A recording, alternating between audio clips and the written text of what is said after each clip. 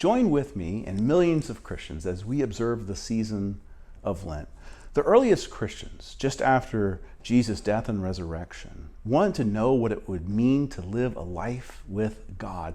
And so in order to do so, they were preparing for Easter for 40 days and 40 nights before their baptism. And they would learn all things about God, about the church, about the life and teachings of Jesus, doctrine and theology, ecclesiology. And these Christians would study hard to try to figure out what it meant to really walk with God, what it meant to be a believer, a follower, a disciple, someone who loves their neighbor like Jesus did.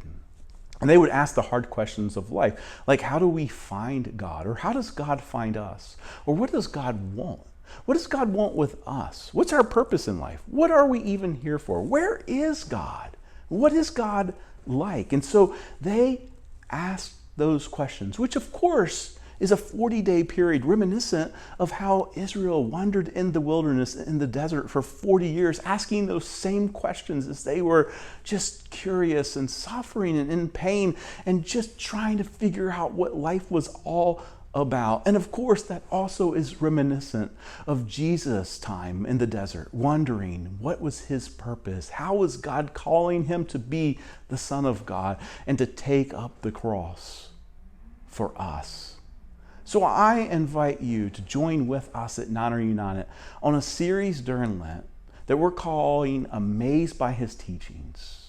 And we're inspired by this from the Gospel of Mark, where in the first chapter, Jesus is teaching and preaching at a synagogue, and Mark says everyone was amazed by his teachings. The funny thing is that in Mark's Gospel, Mark never records any time where Jesus actually ever taught. Yet Mark says that everyone was amazed by his teachings. So throughout Lent, we're going to go through those teachings, the teachings that we find in Matthew and Luke and John. For example, Matthew 6 next week, where Jesus says, you can't serve two masters, so you better pick God. And so we're going to learn what it means to be all in. Or where Jesus says, let your light shine. We're going to study what it means to be the light.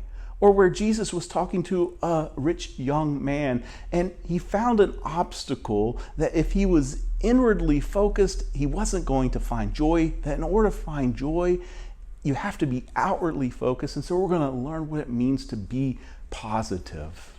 And so we're going to look at these things, and it's going to culminate in the last week of Lent, Holy Week, where we're going to see how Jesus taught us to be sacrificial. Today, let's talk just for a minute about what it means to be grounded. Because after all, Lent begins with Ash Wednesday, and that's where the priest or the pastor imposes ashes on your forehead and says the words from you are dust and to dust you shall return. And so these are words from Genesis chapter 3, reminding of us of our mortality. Jesus was dust. Jesus was ground. We are called to be grounded. The Latin word humus means of the earth. It's literally dirt. And we're called to be of the ground. We're called to be humble, to have humility. Jesus lived the most humble life. Jesus lived and taught with humility. He explored. He wandered in the desert. He asked the hard questions. He listened. He prayed. He was grateful. He found the good in everyone. He lived by love. It matters not that in Mark's gospel that Jesus is never recorded as actually giving us a sermon or a lesson or a parable. It matters that Jesus taught through his actions.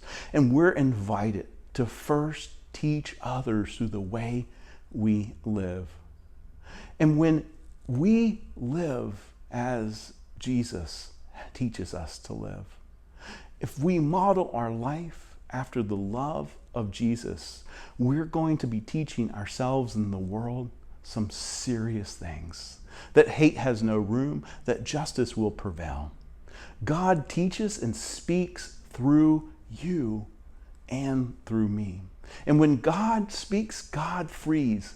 And when God frees, God liberates. And when God liberates, God amazes. So this Lent, be amazed by his teaching. Join with us.